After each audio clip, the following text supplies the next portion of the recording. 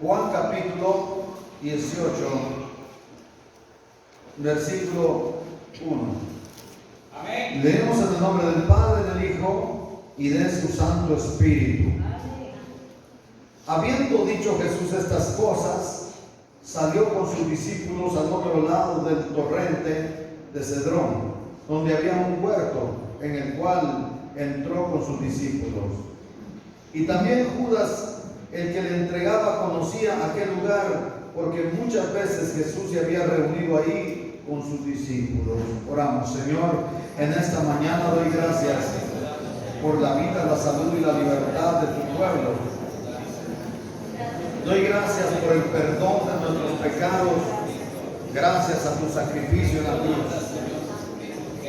Doy gracias por ese pueblo que hoy viene con un corazón agradecido por tus ricas y abundantes bendiciones, pero también con un corazón contrito y humillado, rindiéndonos delante de ti, reconociendo que somos pecadores y que tú moriste en la cruz por nuestros pecados y resucitaste para nuestra justificación. Por eso te pido, perdona a tu pueblo y acepta nuestra reconciliación y concédenos comenzar de nuevo para honrarte y para honrar tu santo evangelio y para caminar conforme a tus propósitos en gloria.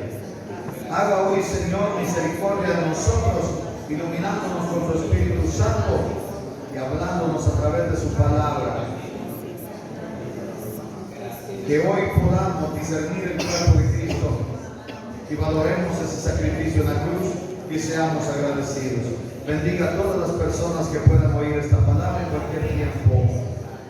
Y esa unción poderosa descienda como rocío de los cielos y haya hoy bendición hasta que sobreabunde para tu pueblo con de tu presencia. En el nombre de Jesús lo pedimos. Amén. Gloria a Dios.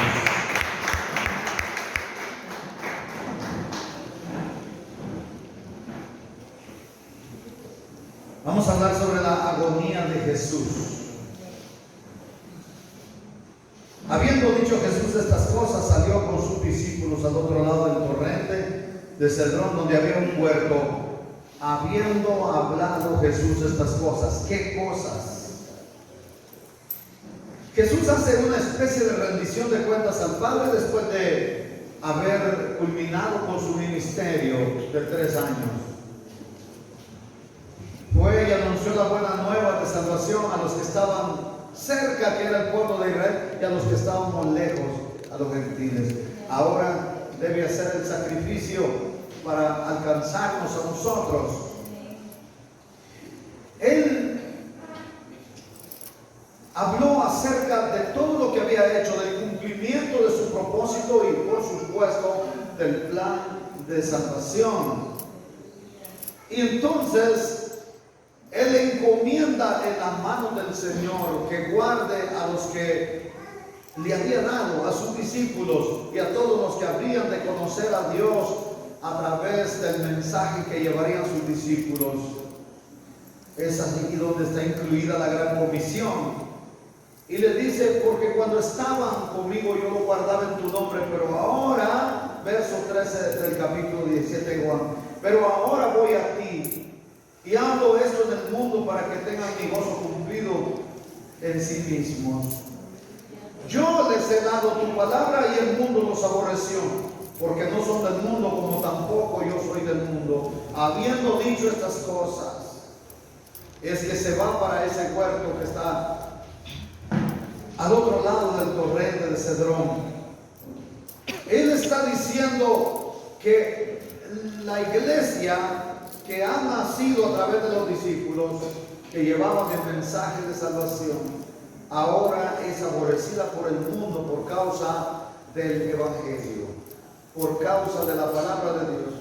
Oigan, por supuesto él estaba hablando en ese contexto de la gente que estaba rodeando a sus discípulos, que llevarían las buenas nuevas, que irían por todo el mundo haciendo discípulos en las naciones. Muchas veces nosotros también decimos, es que el mundo nos aborrece por causa del Señor. Pero en este tiempo en Guatemala precisamente no hay una persecución taxativa tanto que puedan aborrecer a la iglesia como para hacer tan propia esta palabra. Claro que en algunas ocasiones hay espíritus que usan a personas que están desaprevenidas de la mano de Dios, gente incrédula, gente soberbia, y nos hace la guerra en un momento determinado, pero no tanto así como para que a usted le aborrezcan por causa de Cristo y se haga la víctima. Perseverar aquí en Guatemala es muy fácil, mayormente en Potrero Grande. Aquí tenemos tanta libertad. Cuando usted deja de perseverar, no es porque le estén haciendo la guerra o porque le derrumben, sino por cobardía. Yo tengo que ser claro con usted, porque muchas veces los evangélicos se hacen las víctimas y dicen: yo no puedo más porque el mundo no me deja. El mundo es el mundo y está en su rollo.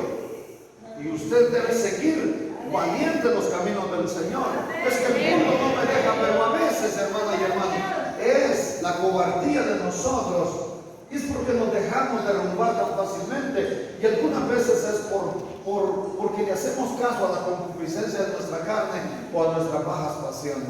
Así que, hermana y hermano, usted no se haga la víctima. Claro, el Señor está diciendo: yo les he dado tu palabra, que el mundo los aborreció, porque no son del mundo como yo tampoco soy del mundo. Claro que el mundo no ama lo que nosotros hacemos porque no le conviene.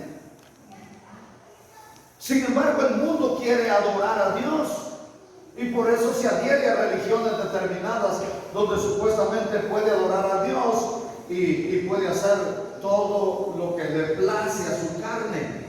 Esto es, a la voluntad pecaminosa de su carne, a la concupiscencia de su carne. La concupiscencia es un deseo desmedido de pecar y se refiere más que todo, valga la redundancia, a las bajas pasiones. Sin embargo, Él habla en ese momento, el mundo aborrecido a los suyos, y en algunas sociedades hoy día, en algunas naciones, sí que esta palabra se está cumpliendo al pie de la letra ahorita. Hermano, entonces nosotros estaremos siempre bien, sin persecución. Eso no es verdad. A ustedes y a mí se nos avecina una persecución terrible, terrible, muy terrible, donde será probado cada cristiano. Pues siempre la Biblia nos enseña que seremos probados y pasaremos por el fuego, aunque no nos quemaran. Pero ustedes y yo siempre tenemos que ser probados. Pero ahora vamos a hablar acerca de la agonía de Jesús. Él va a ese huerto, es conocido también como el Getsemaní, en el cual entra con sus discípulos. Pero hay una situación: no estaba Judas con Jesús. Él se fue con uno de sus discípulos, pero Judas no está ahí. Sin embargo, también Judas, el que le entregaba, conocía ese lugar, porque muchas veces Jesús se había reunido ahí con sus discípulos y allí estaba Judas. Cuando vamos al capítulo 22 y versículo 39 del libro de Lucas, habla siempre con respecto a que Jesús va al Getsemaní. Miren el verso 39, dice: y saliendo se fue como solía. Es decir, confirma lo que está diciendo el versículo que leímos anteriormente, que es el versículo 2 del capítulo 18, que también Judas, el que le entregaba, conocía aquel lugar, porque muchas veces Jesús se había reunido ahí con sus discípulos. Oiga lo que dijo Juan. Sin embargo, Lucas dice en el versículo 39 del capítulo 22: y saliendo se fue como solía, ¿verdad? Juan dice que muchas veces ahí se había reunido con sus discípulos, y Lucas dice como solía hacerlo, como constantemente lo hacía, como seguido lo hacía, en nuestro lenguaje, al monte de los olivos. Y sus discípulos también le siguieron. Cuando llegó a aquel lugar, les dijo: orad que no entréis en tentación. Jesús da una advertencia: orad que no entréis en tentación. Hermana y hermano, nosotros por experiencia propia debemos saber esto. que cuando nosotros descuidamos la oración, trágicas cosas nos pasan, trágicos acontecimientos vienen sucesivos al dejar de orar. Y esto no solo a mí me ha pasado, sino a ustedes también. Cuando dejamos de orar, viene el desaliento, vienen momentos difíciles. No falta una persona que llegue ahí a enojarlo a uno, no falta una adversidad que se avecine y uno se doblega fácilmente cuando uno ha dejado de orar, porque Jesús dice claramente: orad que no entréis en tentación. Entonces la oración que debemos hacer nosotros constantemente es: Señor, no nos dejes entrar en tentación. Si ustedes se dan cuenta, la oración modelo, cuando los discípulos le dicen a Jesús: enséñanos a orar, como también Juan enseñó a sus discípulos. Jesús les dice: cuando oréis, hacedlo de esta manera: Padre nuestro que estás en los cielos, santificado sea tu nombre, venga a nosotros tu reino, hágase tu voluntad, como se hace en el cielo, también en la tierra. Un niño estaba orando una vez, y espero que no un adulto, y decía: hágase tu voluntad, como en la tierra, también en el cielo. Oiga, si se hiciera la voluntad, como se hacen las cosas en la tierra, en el cielo. No. Hágase tu voluntad, como se hace en el cielo, así también en la tierra. El pan nuestro de cada día, danos hoy. Perdona nuestras ofensas, o como dice uno de los evangelios, perdona nuestras deudas, como nosotros también perdonamos a los que nos ofenden, como nosotros perdonamos a los que nos deben. El pecado es una deuda y tiene un precio que pagar.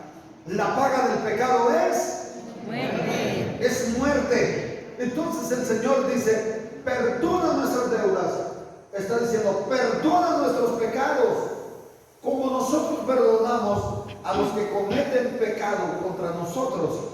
Traduciendo esta palabra o haciendo exégesis de ella, a esto nos lleva: perdona nuestro pecado.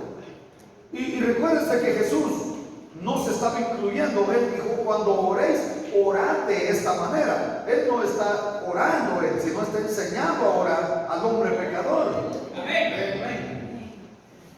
Perdona nuestras deudas. La deuda del pecado, la paga del pecado es muerte. Así como nosotros perdonamos a nuestros ofensores o a los que cometen pecado contra nosotros. Jesús deja un gran ejemplo. Esteban también es apedreado, Esteban, y dice: Señor, no les tomes en cuenta este pecado. Allí hubo una buena traducción en cuanto a lo que Jesús dice cuando lo estaban crucificando, cuando se repartieron sus ropas entre sí, cuando lo bombardeaban, cuando le dieron vinagre a tomar, cuando le dieron hiel. Oiga, ese trago amargo, cuando lo despreciaron, cuando le pusieron esa corona de espinas en la cabeza, cuando lo azotaron, cuando aquel gobernante lo manda a azotar, todo esto cuando aquel soldado romano con una lanza atraviesa su costado y sale de ahí agua y sangre, todo ese dolor por ustedes y por mí, porque ustedes son culpables y ustedes son culpables y yo peor, a no ser porque Cristo pagó la deuda de esa culpa que nosotros teníamos. Ningún cristiano puede venir haciéndose el simpático delante de Dios. Hay muchísima gente que presume delante de los demás haciéndose mejor que otros y creyendo que es favorita o favorito de Dios, y creyéndose que es simpática delante de Dios porque le ama, que es preferida de Dios, y hacen una gritería pensando que de esa manera pueden impresionar a Dios, pero no es así.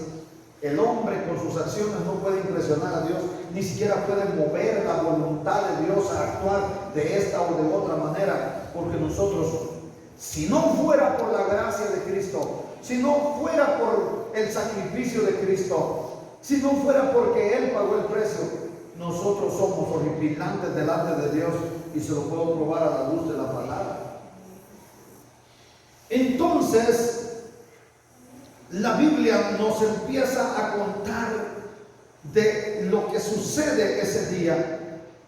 Él llega allí al monte de los olivos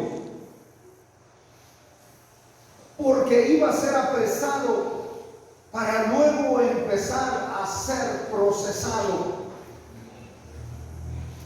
para pagar el precio del pecado.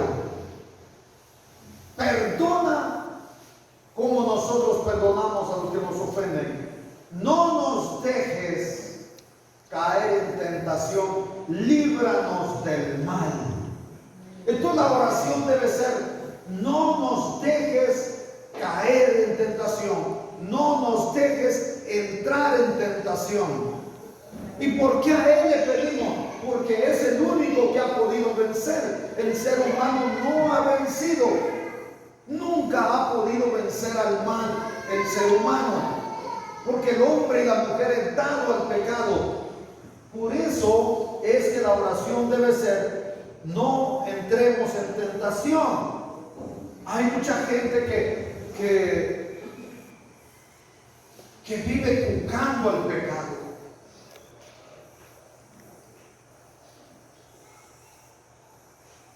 Cucar al pecado es como cucar a un Rottweiler, algo así es el nombre de unos perros malévolos. Como es dálmata, hay otro que tiene una parte negra en el ojo. Pitbull, hay otros perros, ¿verdad? Entonces vean ustedes, cucar al pecado es como cucar a esos perros, hombre. Yo no sé por qué hay gente que anda cucando al pecado.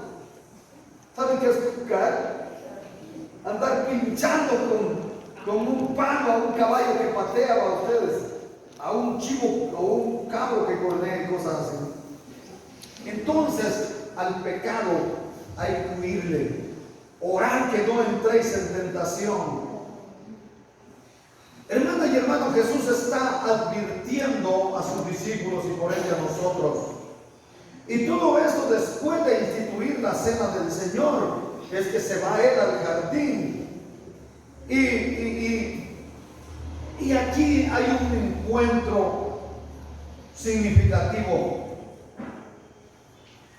Vemos a Jesús en una lucha, porque cuando usted sigue leyendo, dice que Él se retira como a un tiro de piedra.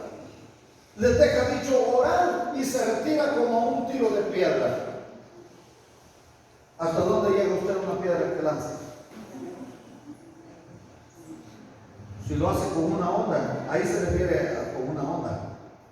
Le ponía la piedra aquí en una badana y una pita era lo que tenía. Un cuero atado de una punta y de otra, y ahí ponía la piedra. Y lo empezaban a hacer así. Después la dejaban bien. ¿Cuánto podía avanzar? De aquí a donde vive la hermana Patti, unos 200 metros, ¿verdad? Hoy con la que usted usa hoy, con la onda que usted tiene hoy, ¿cuántos metros? Como hoy es hule, ¿no? Llega hasta allá, ¿verdad? Depende de la fuerza que le va a dar y qué tan dura esté, ¿no? La onda, si tantos hules tiene. Entonces, nos damos cuenta que Jesús va a orar y tiene ahí un encuentro muy significativo. Allí hay algo que está sucediendo que a simple lectura no se puede evidenciar. Pero Él luchó con un enemigo invisible, no invencible.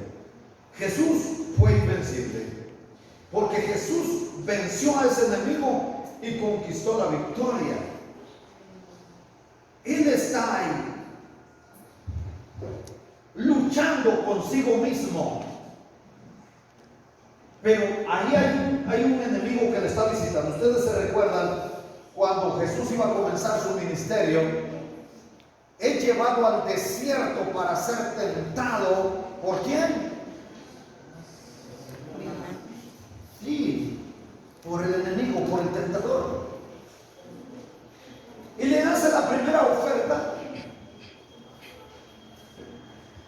Di que estas piedras se conviertan en pan si tú eres el Hijo de Dios. Lo resumí. Vete, Satanás, porque no solo de pan vivirá el hombre, sino de toda palabra que sale de la boca de Dios. Amén.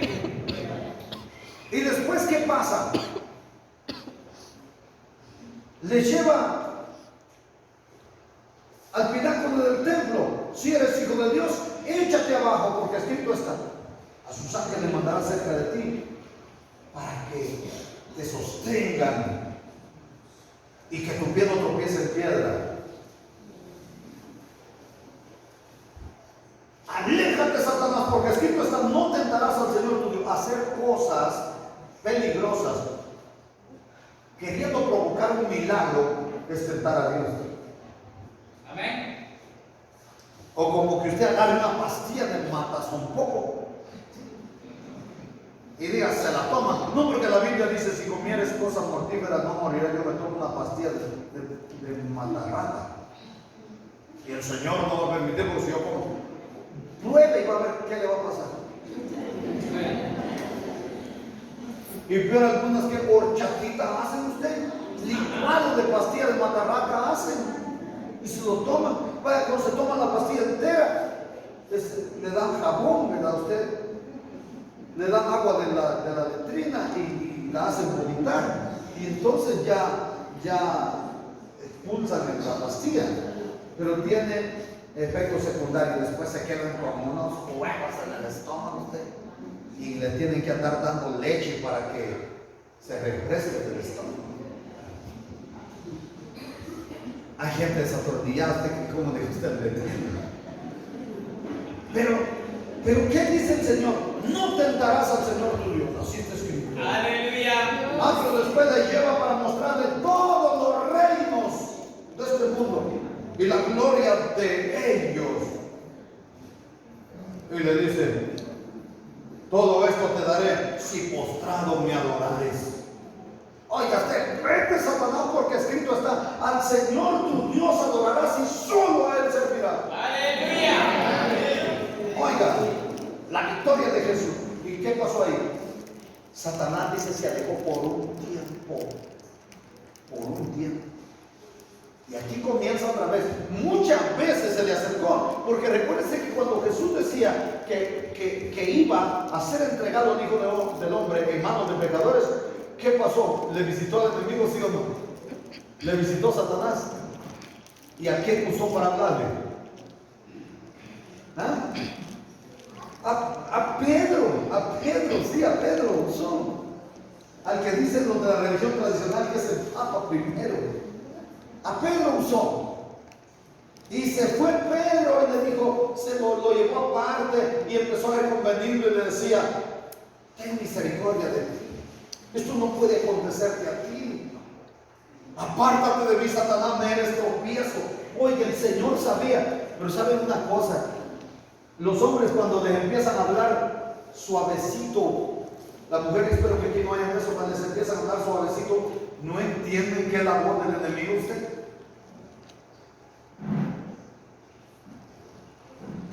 O cuando llegan las ofertas de cualquier índole que son pecaminosas, ¿cómo es que no entendemos eso? Y Jesús inmediatamente entendió que esa voz no era más que la voz del enemigo. Pero oigan, aquí hay otra visitación sin lugar a dudas.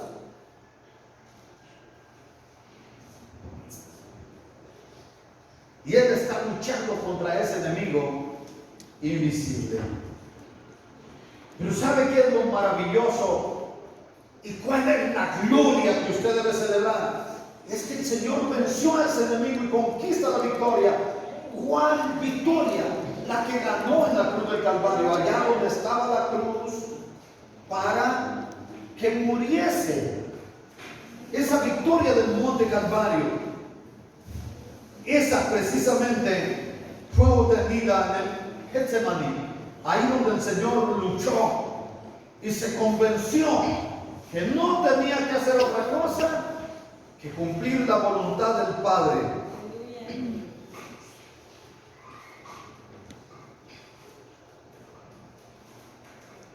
¿Qué es lo que quería el enemigo?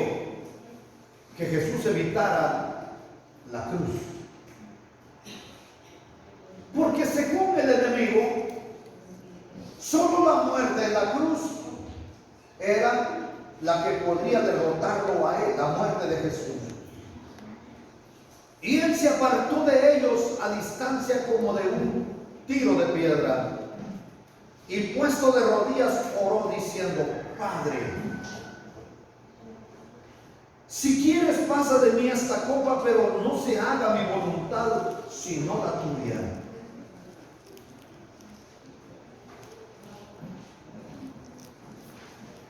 ¿Cuán lejos está entonces la distancia en la que usted puede llegar con el tiro de una piedra usando una honra? Así es la distancia que se aleja Jesús de ellos para decir estas palabras: Padre, si quieres pasa de mí esta copa, si quieres pasa de mí esta copa. Oiga, muchos dicen que Jesús tenía miedo de morir en la cruz. Algunos judíos dicen que Jesús se acobardó. Pero note usted lo que está diciendo Jesús: Padre, si quieres. Él no está diciendo: Señor, ¿puedes ayudarme? Yo no quiero. No, Jesús está diciendo: si quieres. Todo está enmarcado a que se cumpla la voluntad del Padre. Nunca está diciendo el Señor: yo renuncio o déjame renunciar. Él dice: Padre, si quieres pasa de mí esta copa, pero no se haga mi voluntad sino la tuya. ¿Quién es esa persona que no le tenga miedo a la muerte? Pero sabe una cosa, Jesús no le tenía miedo a la muerte. En realidad es todo lo que venía sobre él. Cuando nosotros leemos la profecía con respecto a lo que sucedería con Cristo, dice que Él llevó sobre sí todos nuestros pecados. Amén. Todas nuestras dolencias, todas nuestras enfermedades. Aleluya.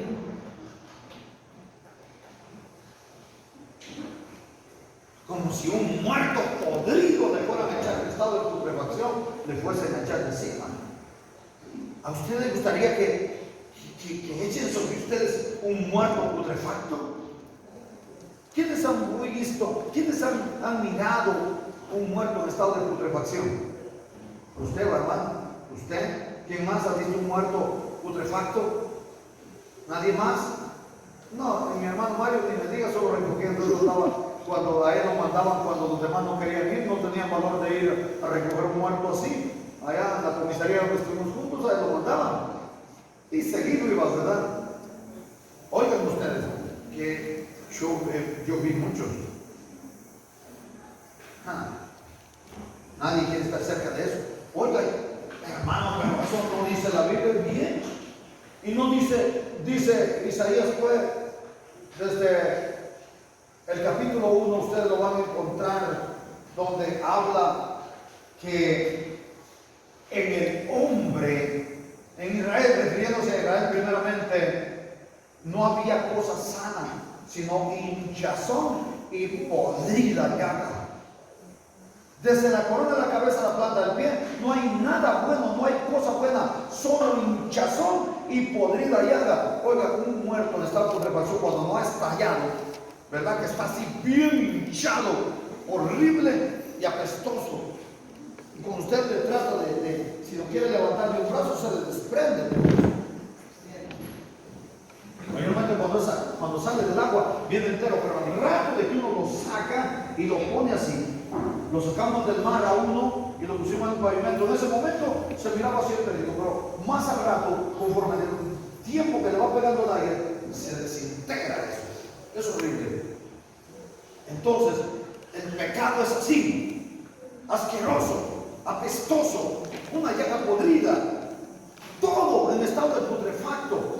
Y es todo eso así que venía sobre Jesús. El pecado de todos nosotros fue sobre él. Oiga, adulterio, fornicación, mentira, engaño, traición, todo eso. Ya se imagina usted, es que el pecado es horrible. Solo de imaginar algunos hechos. La gente se ve así, tranquila, pero ya cuando empezamos a meditar cosas tan espantosas que hace la gente. Mujeres que se embarazan de un hombre que no es su marido, y ¿sabe qué hacen? Lo abortan. Ay, porque si el novio con que estuvieron es negrito y el marido es blanco, ¿cómo cree que pueden querer tener un hijo así? Ah, no me va a salir como el negrito del vaquero. Como dice, como el negrito del sorullo, ¿verdad? ¿Y cómo creen que va a querer tener el hijo del sorullo cuando el esposo es blanco? O si el esposo es el sorullo y va a tener un hijo de un blanco, ¿cómo creen que va a querer eso? Sabe que le va a descubrir inmediatamente. ¿Y sabe qué hacen? Matan al bebé.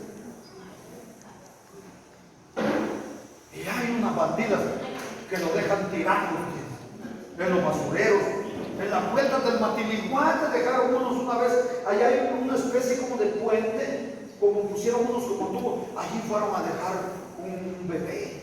Después dejaron ahí en el zanjón, lo tiran en la charca de allá donde hay, le sale, ¿verdad?, de la gente que viene del cerro.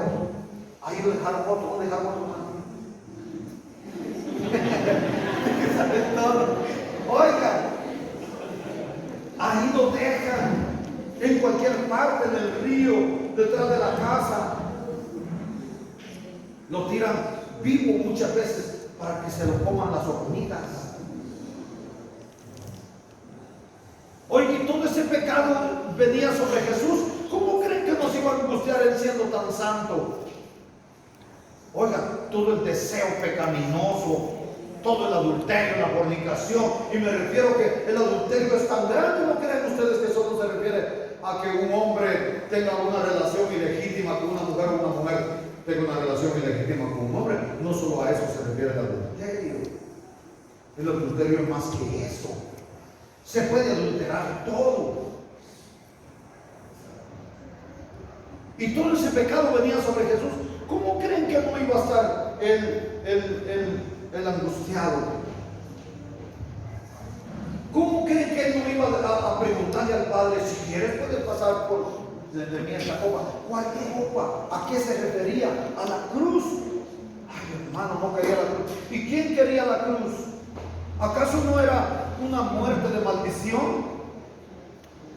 No había nada bueno en la cruz de los romanos.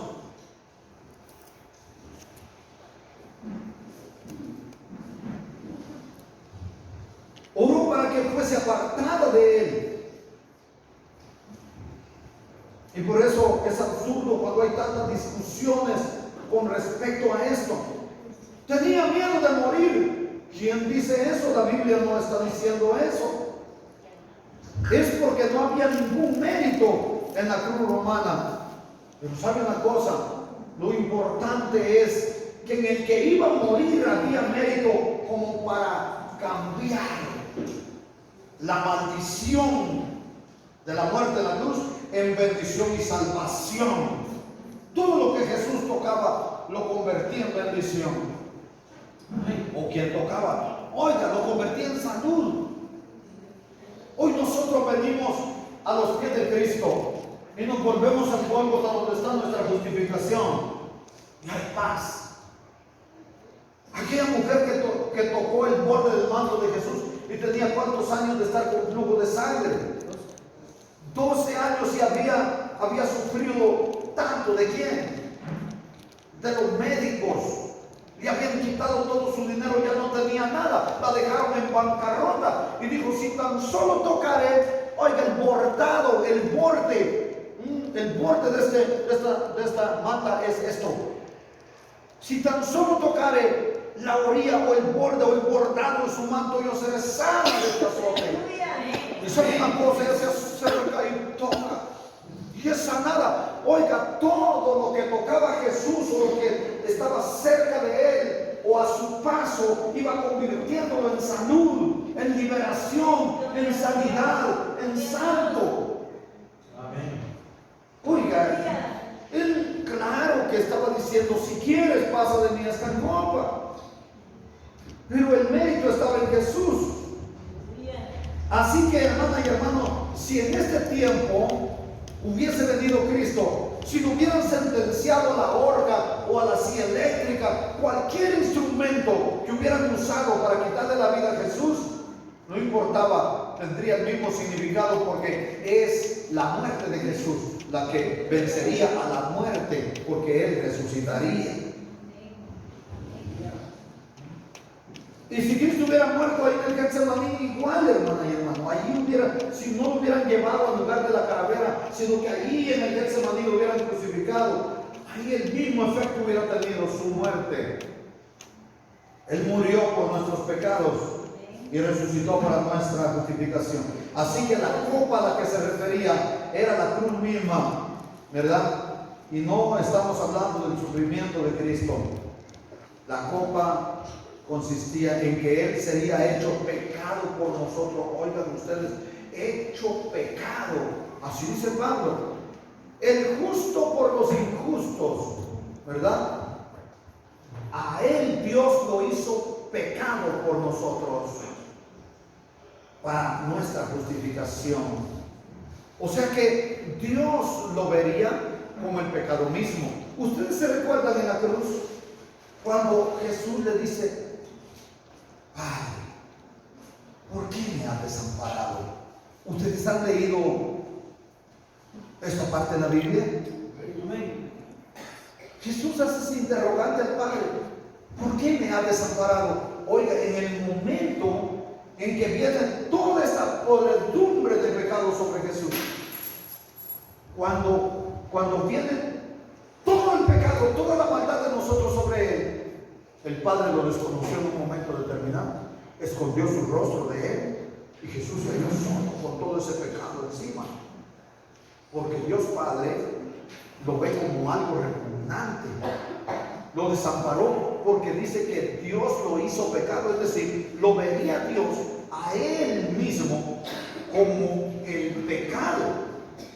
No vio a su Hijo con el pecado de la humanidad sobre Él, vio a su Hijo constituido en pecado mismo, porque llevó sobre nosotros nuestra culpa. La Biblia lo dice.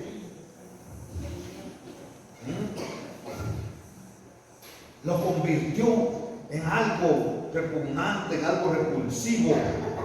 Así que, hermana y hermano, si usted en algún momento ha pensado que es atractiva, no, hombre, como ser humano, ustedes y yo estamos perdidos.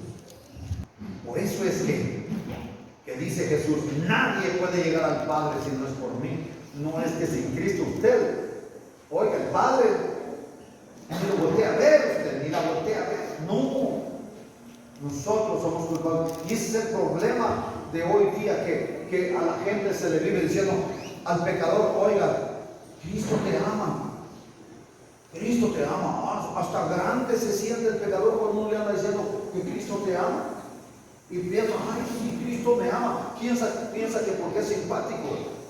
Está bien, sigamos diciendo Cristo te ama, pero sos culpable por podredumbre de pecado. Sos culpable y no escaparás a menos que vengas a Cristo. Porque el problema es que nosotros digamos: Cristo te ama. Ah, vaya, ni no quiere decir a Cristo: Cristo te ama. No, y si lo ama el Señor, ¿para qué lo recibe? Dice: dígale que es culpable, dígale que es una podrida llaga. Hay que decirle la verdad a la gente. ¿Y qué otra? ¿Acaso Jesús anduvo por rodeo?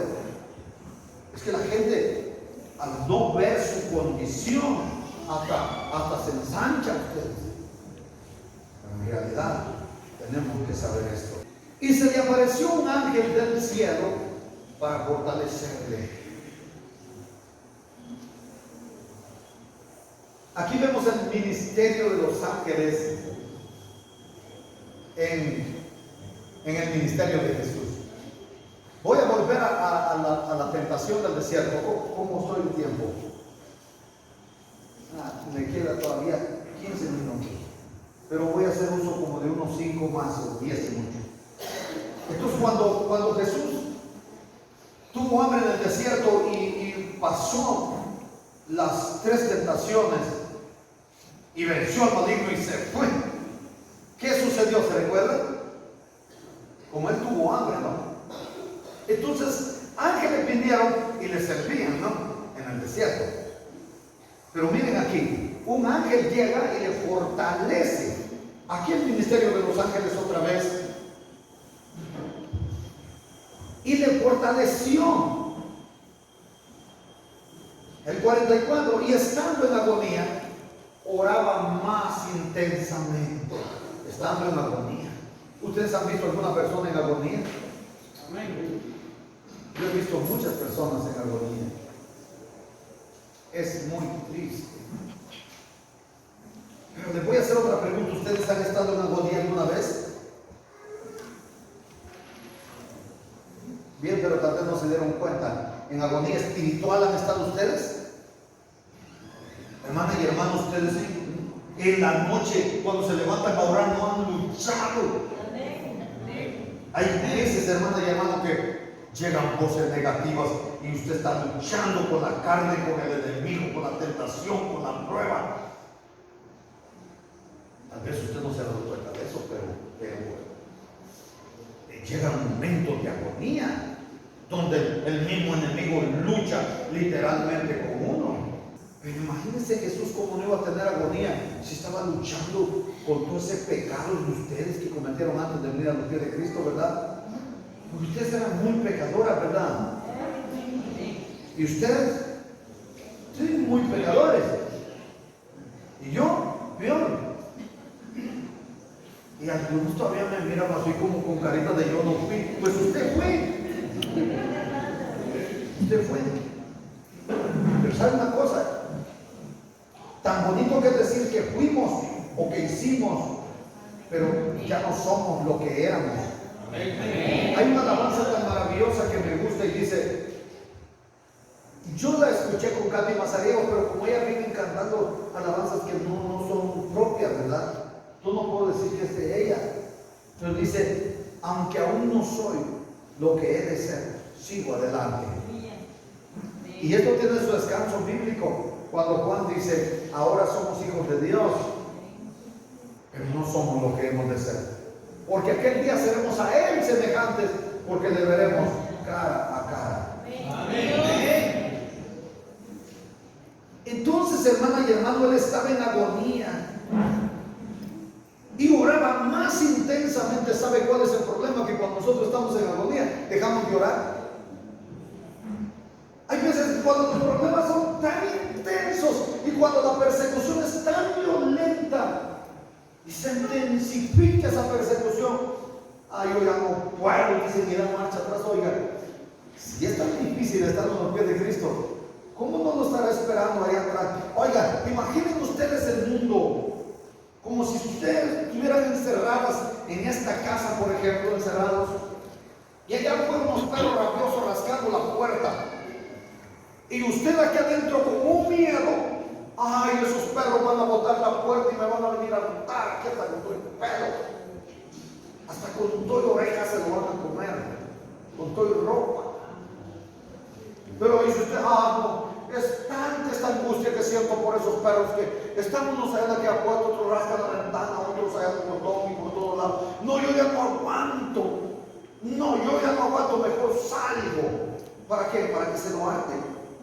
Para que se la harten los perros. ¿Por qué salir? Si está en este recinto seguro. Así es el hombre y la mujer que cuando no aguanta la persecución, cuando no aguanta la prueba, oiga, la angustia que le causa el mundo, se sale y se va para el mundo. ¿Para qué? Para que le devore, para que le destruya. Ese no es un acto muy sabio. No, hombre, siga bajo la protección del Señor, bajo las alas del Eterno. ¿Para qué va a salir? ¿Para que le destruyan? ¿Para que le hagan pedazos? Oiga, se lo va a comer el enemigo, se la va a comer el enemigo y ni sale, va a echar. Hasta sin sal se lo va a comer. Ay, como nosotros somos sal de la tierra, saladita la va a encontrar, saladito lo va a hallar. Así que, hermana y hermano, sigamos adelante. Miren lo que hacía el Señor. y oraba más intensamente, y era su sudor como grandes gotas de sangre que caían a la tierra.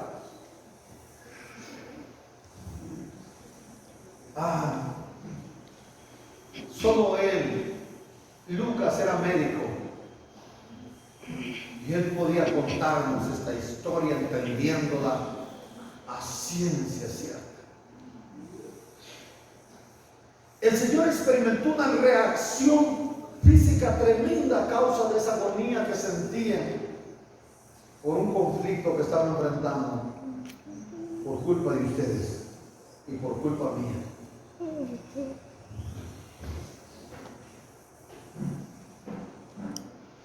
Un escritor escribe unas palabras tan impresionantes.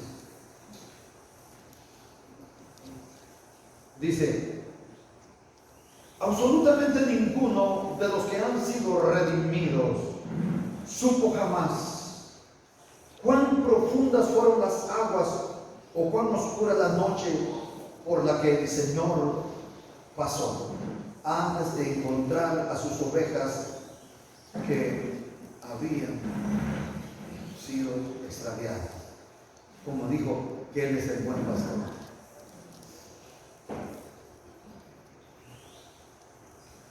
Cuando se levantó de la oración, vino a sus discípulos y los halló durmiendo a causa de la tristeza, y les dijo: ¿por qué dormís? Levantaos y orad para que no entréis en tentación. Mientras él aún hablaba, se presentó una turba, y el que se llamaba Judas, uno de los 12, venía al frente de ellos y se acercó hasta Jesús para besarle. Entonces Jesús le dijo: Judas, ¿un beso entregas al Hijo del Hombre? Ven ustedes, qué difícil que ustedes digan: hermano Manuel, ore por mí, estoy pasando un momento difícil, ore esta noche, hermano. Yo por mi parte voy a orar, y le digo yo: vaya, voy a orar hoy en la noche. ¿Sabe dónde voy a orar? En el templo voy a orar. Vaya, y llega: hermano Aníbal, ore por mí. En el templo voy a orar, ahí va a estar el hermano Manuel. Hermana Teresita, ore por mí. Sí, al templo voy a orar toda la noche por usted. Hermano Andrés, en el templo nos vamos a reunir. Entonces la persona dice: sí, pero yo estoy un poco mal, voy a orar en mi casa. Vaya, me voy a retirar de ustedes.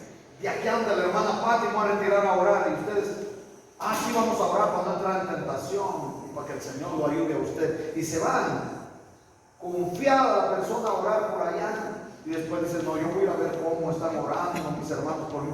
Y cuando ya aquí una roncadera,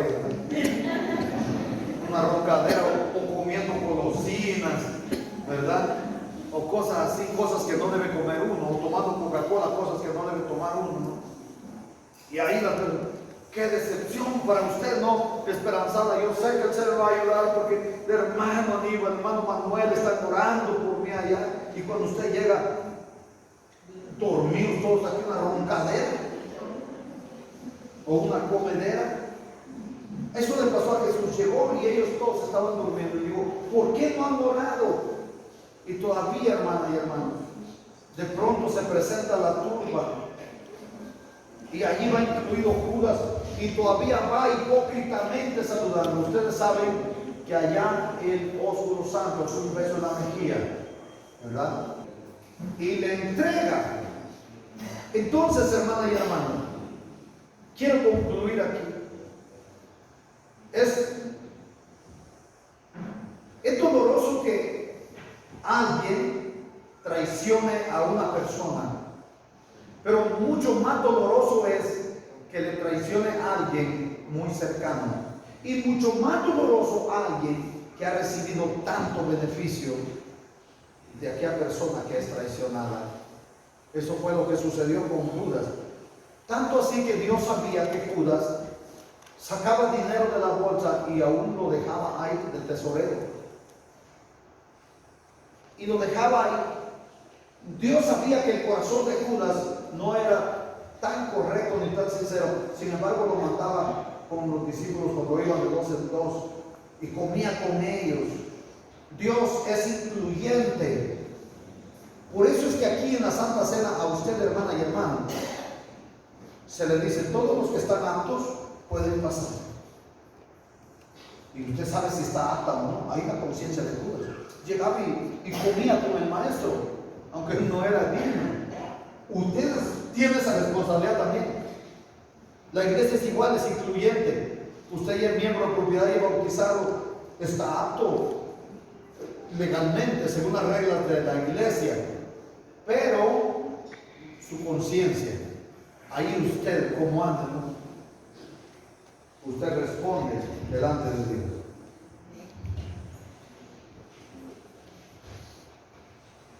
Es necesario que ustedes y yo, iglesia,